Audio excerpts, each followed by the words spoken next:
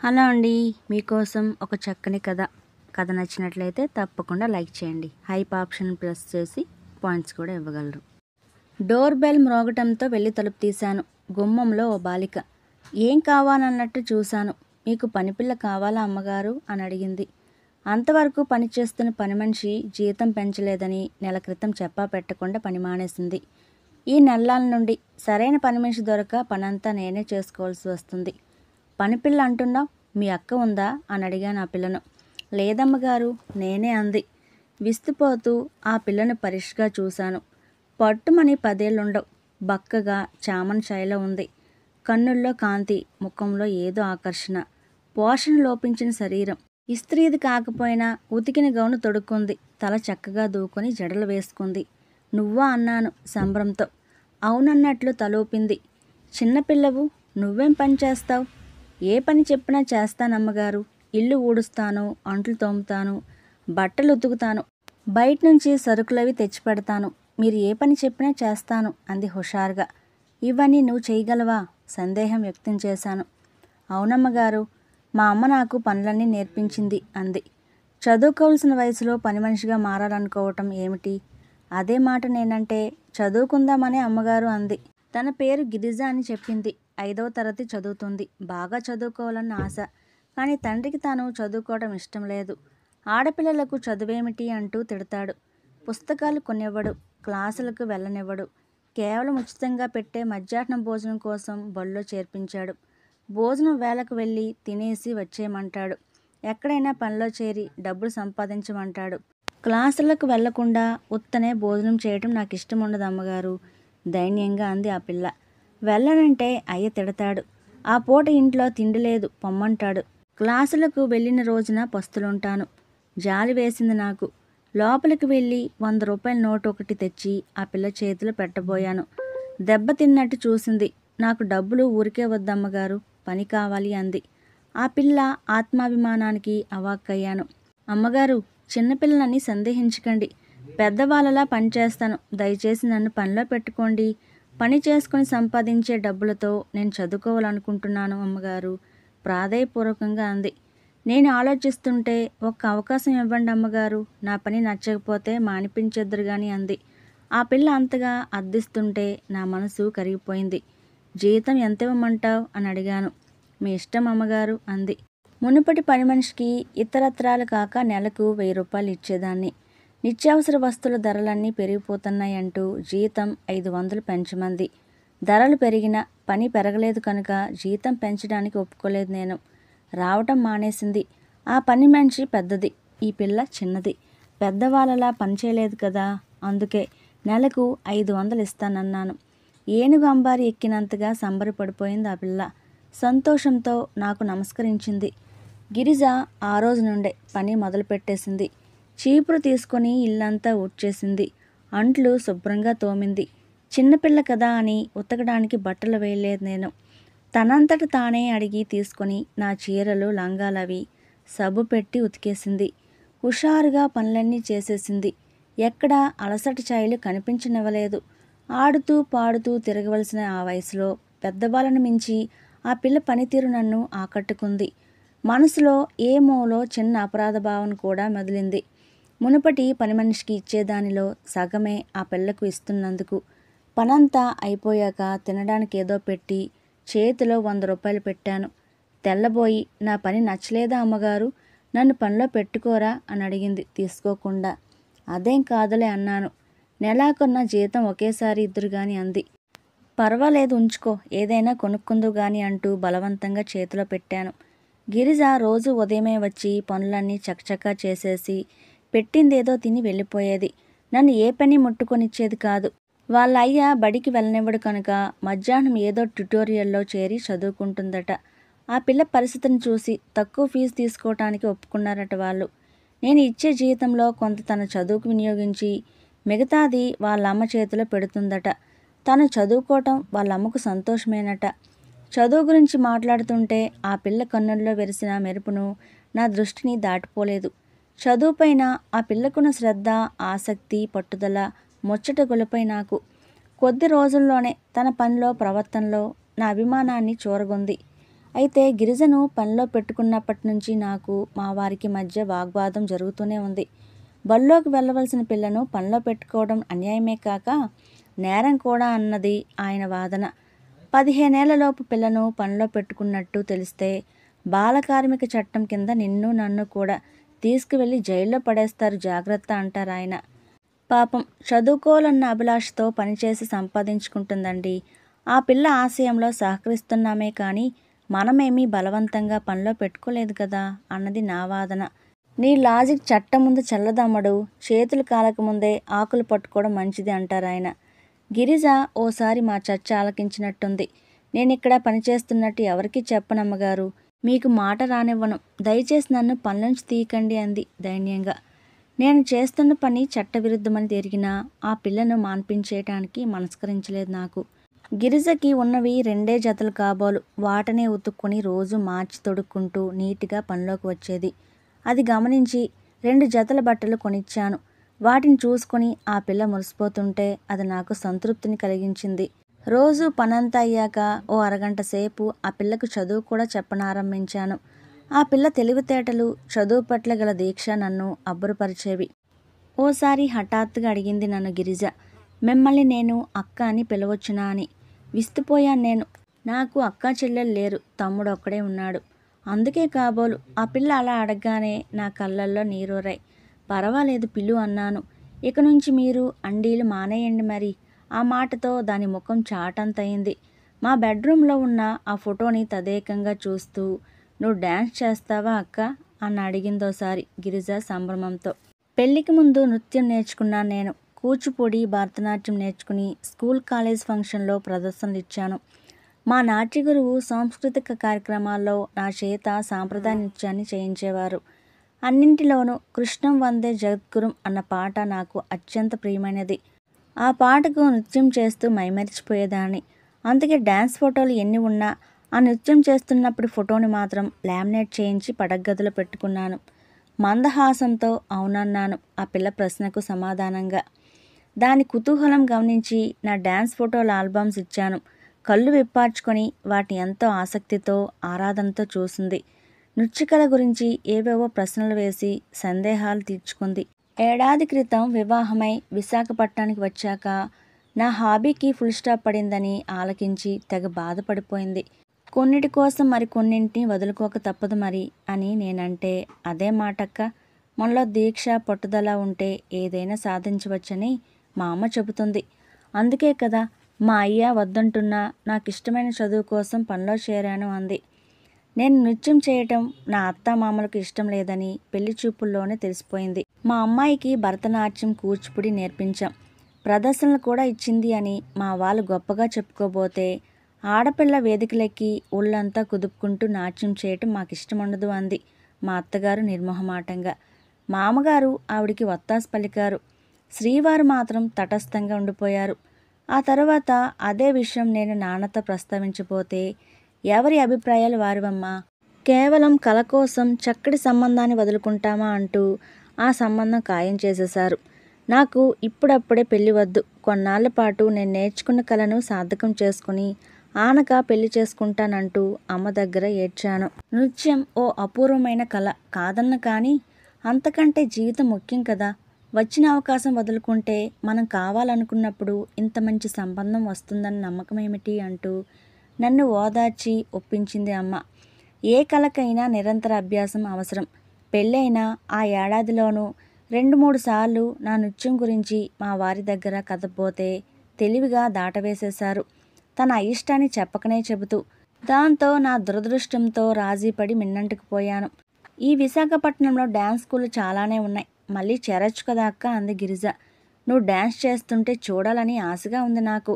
ఆ పిల్ల పలుకులు నా మదిలో నూతనప్పుడు ఆలోచనలు తెరలేపాయి. చిన్నపిల్ల అయ్యుండి తండ్రి వ్యతిరేకతను లెక్క చేయకుండా చదువుకోవాలన్న పట్టుదలతో, ఆటలతో గడపవలసిన వయసులో పని మనిషిగా మారింది. ఆ పిల్ల నాకెందుకు ఆదర్శప్రాయం కాకూడదు? ఈసారి మా వారితో నా నిశ్చయాన్ని ధైర్యంగా చెప్పేశాను. ఆయన ఉదయం ఆఫీస్కి వెళ్ళిపోయి సాయంత్రం కానీ తిరిగిరారు. ఆ మధ్యకాలంలో ఖాళీగా ఉండటం నాకు బోరుగా ఉంటుంది. టీవీ సీరియల్స్ చూడడం నాకు ఇష్టం ఉండదు. కనుక ఏదైనా డ్యాన్స్ స్కూల్లో చేరబోతున్నట్టు చెప్పేశాను. అందువల్ల ఆయనకు ఎటువంటి ఇబ్బంది కలుగుదని హామీ కూడా ఇచ్చాను. నా కన్నుల్లో ప్రతిఫలిస్తున్న నా దృఢ నిశ్చయాన్ని గమనించారో ఏమో భుజాలు ఎగురవేశారు. మంచి రోజు చూసి పేరున్న ఓ నృత్య కళాశాలలో చేరిపోయాను నేను. గిరిజ పనిలో చేరి 6 నెలలైపోయింది. నా మెప్పు పొందడమే కాక మా వారి అభిమానాన్ని కూడా చూరగొంది. ఓసారి గిరిజ వారం రోజులుగా పనిలోకి రాలేదు. చెప్పకుండా పని మానేయదు. ఏ జ్వరమో ఏదో వచ్చుంటుందనుకున్నాను. అదే సమయంలో గెస్టులు రావటం ఇబ్బంది అనిపించింది. ఇంటి పని చేసుకుని అలవాటు తప్పిపోవడంతో ఒంటరిగా చేసుకోవడం కష్టమైపోయింది. చెప్పకుండా మానేసినందుకు గిరిజ మీద కోపం కూడా వచ్చింది. వారం తర్వాత హఠాత్తుగా ప్రత్యక్షమైంది గిరిజ. లంకనాలు చేసిన దానిలా ముఖమంతా పీకిపోయి నీరసంగా అనిపించింది. ముఖంలో మునుపటి కళ లేదు. కళ్ళల్లో కూడా జీవం లేదు. చెంకలో ఓ 5 ఏళ్ల పిల్లాడు మాత్రం ఉన్నాడు.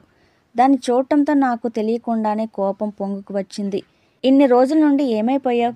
సరిగ్గా గెస్టులు వచ్చే సమయానికే పనికి డుమ్మా కొట్టాలనిపించిందా నీకు అంటూ విరుచుకుపడ్డాను. బిక్కమొహం వేసింది ఆ పిల్ల. కళ్ళమట నీళ్లు జలజల రాలాయి.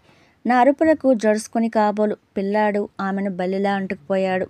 ఆ వారం రోజులు తాను పనిలోకి రాలేకపోవడానికి కారణం ఆ పిల్ల చెబుతుంటే షాక్తో నా మెదడు మొద్దుబారిపోయింది. గిరిజ తండ్రికి ఓ పనంటూ లేదు. రాత్రయ్యేసరికి పూటుగా తాగి వస్తాడు. ఆ పిల్ల తల్లి 4 ఇళ్లల్లో పాచి పని చేసుకుని గుట్టుగా నెట్టుకొస్తుంది. తాను సంపాదించి పెట్టవలసింది పోయి త్రాగుడుకు డబ్బులివ్వమని ఎదురు పెళ్ళాన్ని వేధిస్తాడు. అందినంత మట్టుకు లాక్కుపోతాడు. లేనినాడు నానా రభస చేసి పిల్లల్ని చెతగొడతాడు. వారం క్రితం ఓ రాత్రివేళ బాగా తాగొచ్చి పెద్ద గొడవ చేశాడు గిరిజ తండ్రి. ఏ కారణమూ లేకుండానే పెళ్ళాన్ని తిట్టి కొట్టాడు. అంతటితో ఆగకుండా ఆమెకు రంకు కట్టాడు. ఆ అవమానం భరించలేని ఆమె తెల్లవారేసరికి ఊరేసుకుని చచ్చిపోయింది. ఆ బాధేమీ లేకుండా చిన్నపిల్లలిద్దరినీ ఇంటి నుంచి గింటేశాడు అతను. తల్లిని పోగొట్టుకుని తండ్రి దౌష్ట్యానికి గురై వీధిన పడ్డ ఆ పసివాళ్లను ఇరుగు పొరుగులు చేరదీశారు. చంకనున్న పిల్లాడు తన తమ్ముడని చెప్పింది గిరిజ. నన్ను క్షమించక్క, దయచేసి నన్ను పనిలోంచి తీసేయొద్దు. ఇంకెప్పుడు మాన్ను. అమ్మ లేదుగా, తమ్ముడు నేను ఆకలితో చచ్చిపోతాం అక్క అంటూ బోర్న ఏడ్చేసింది. నాకు దుఃఖం ముంచుకొచ్చింది. తమాయించుకుంటూ నీకు జరిగిన అన్యాయానికి నాకు చాలా బాధగా ఉంది. 4 రోజులు రానందుకే నిన్ను పనిలోంచి తీసేస్తానని ఎలా అనుకుంటున్నావే పిచ్చిదానా అంటూ ఓదార్పుగా తల నిమిరాను. గిరిజ తండ్రి ఆ సంఘటన తర్వాత మళ్ళీ ఇంటికి రాలేదట. గిరిజ తమ్ముడితో పొరుగింట్లోనే ఉంటుందట. రోజు ఎప్పట్లా క్రమం తప్పకుండా పనికి వస్తుండేది. అయితే మనిషిలో మునుపటి హుషారు ఇప్పుడు మృగ్యం. అంతటి కష్టంలోనూ తాను చదువుకోవటం మానలేదు. తమ్ముడంటే ప్రాణం తనకు. వాణ్ణి బాగా చదివించి మంచి ఉద్యోగస్తుని చేయాలన్న తన తపనను వెల్లబుచ్చేది. వాడే తన జీవిత లక్ష్యం అన్నట్లు మాట్లాడేది. నేను ఏం పెట్టినా తినకుండా తమ్ముడు కోసం పట్టుకెళ్లేది. పని చేస్తూ హఠాత్తుగా అడిగేది నన్ను. నేను తమ్ముడు అంటే అమ్మకు ప్రాణమక్క. నాన్న ఎన్ని బాధలు పెట్టినా మా కోసమే బ్రతుకుతున్నాననేది. మరి మమ్మల్ని వదిలేసి ఎందుకు చచ్చిపోయిందక్క అని. ఏం సమాధానం చెప్పాలో తోచేది కాదు నాకు. మాట మార్చడానికి ప్రయత్నించేదాన్ని.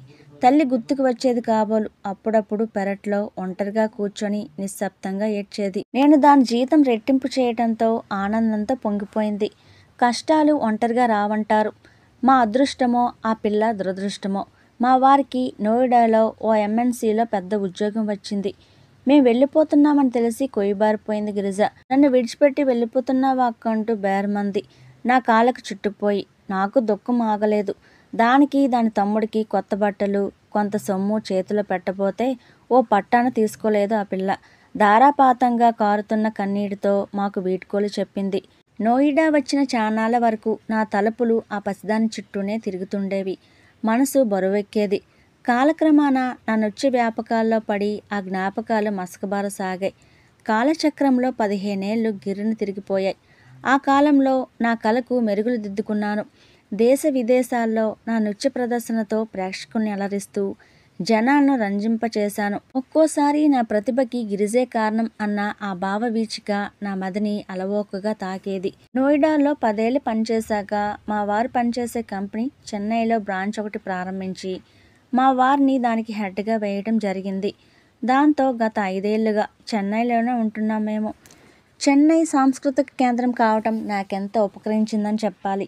టీవీలో స్టేజ్ పైన పలు ప్రదర్శనలు ఇస్తూ అందరి చేత శభాష్ అనిపించుకోవటం నాకు తృప్తి కలిగించింది. మా వారి సహకారంతో అడయార్లో ఓ డ్యాన్స్ స్కూల్ ఆరంభించాను. నృత్యం పట్ల ఆసక్తి గల చిన్నారులకు శిక్షణ ఇవ్వసాగాను. దాంతో బాగా బిజీ అయిపోయాను. అందుకే 12 ఏళ్ల మా పాపను, 9 ఏళ్ల బాబును రెసిడెన్షియల్ స్కూల్లో చేర్పించాం. గిరిజ అప్పుడప్పుడు నా శృతి పదంలో మెదలాడుతూ ఉండేది. పాపం ఇప్పుడు ఆ పిల్లలు ఎలా ఉన్నారో అన్న ఆలోచన వెంటాడేది. విశాఖపట్నంలో ఉండగా నా నృత్యకళకు సానపెట్టిన నాట్యాచార్యులకు ఆ మధ్య పక్షవాతం వచ్చిందని తెలిసి చూడాలని వెళ్ళాను. 15 ఏళ్ల తర్వాత అదే వెళ్ళటం ఆ ఊరికి. ఆయన్ని పరామర్శించాక గిరిజ ఎలా ఉందో తెలుసుకోవాలనిపించింది. ఆ పిల్ల ఉండే బస్తీకి వెళ్ళాను. గిరిజ కోసం విచారిస్తే తెలిసిన విషయాలు నన్ను నిశ్చేష్టురాల్ని చేశాయి. తల్లి పనిచేసే ఇళ్లల్లో పాచి పనికి కుదిరి కష్టపడి తమ్ముడిని పెంచి పెద్ద చేసింది గిరిజ. తన చదువు అటకెక్కితే తమ్ముడికి చదువబ్బలేదు. అంతలో ఓసారి తండ్రి ఊడిపడ్డాడు. కూతురు సంపాదిస్తుందని తెలిసి త్రాగుడుకు డబ్బుల కోసం ఆమెను వేధించేవాడు. పోర్ట్లో కొడుక్కి ఉద్యోగం ఇప్పిస్తానని ఎవరో 50,000 అడిగితే గిరిజను పెళ్లాడాలనుకున్న ఓ రౌడీ షీటర్కు ఆమెను 60,000కి అమ్మేసి కొడుక్కి ఉద్యోగం వేయించాడు. తాను అప్పుడే పెళ్లి చేసుకోనంటూ ఏడ్చి నక్కకు తోడుగా నిలవలసిన తమ్ముడు స్వార్థంతో తండ్రికి వత్తాసు పలికాడు. ఆ తర్వాత ఆ పిల్ల ఎక్కడుందో ఏమైందో ఎవరికీ తెలియదు. ఇక ఇంకో క్షణం అక్కడ నిల్చోబుద్ధి కాలేదు నాకు. భారంగా వెనుతిరిగాను. హైదరాబాద్లో నా నృత్య ప్రదర్శన ఉంది. ఆర్టిక్ చిల్డ్రన్ సహాయార్థం ఆ బెనిఫిట్ షో ఏర్పాటు చేయబడింది. వచ్చిన కలెక్షన్స్ ఆ అభాగ్య బాలబాలికల సంక్షేమం కోసం వినియోగించబడుతుంది. అందుకే ఆ ప్రదర్శనను ఉచితంగా ఇస్తున్నాను నేను. ప్రదర్శన ఆర్టిక్ సొసైటీ ఆడిటోరియంలో జరిగింది. నాకు అత్యంత ప్రియమైన కృష్ణం వందే జగద్గురుం హైలైట్. ఆ పాటకు నేను తన్మయత్వంతో నాట్యం చేస్తుంటే ప్రేక్షకులతో పాటు ఆసక్తితో తిలకించారు ఆ బాలబాలికలు కూడా. ప్రదర్శన పూర్తయ్యాక నేను గ్రీన్ రూమ్లో దుస్తులు మార్చుకుంటుంటే గృహం పక్క నుండి ఎవరో తొంగి చూస్తున్నట్లు అనిపించింది. అటువైపు వెళ్ళాను. హఠాత్తుగా నన్ను కట్టెదుట కాంచడంతో తత్తరపాటు చెందిన ఆ యువతిని అంతకు మునుపు ఎక్కడో చూసినట్లు అనిపించింది. పరీక్షగా చూశాను. ఇంచుమించు 25 ఏళ్లుంటాయి.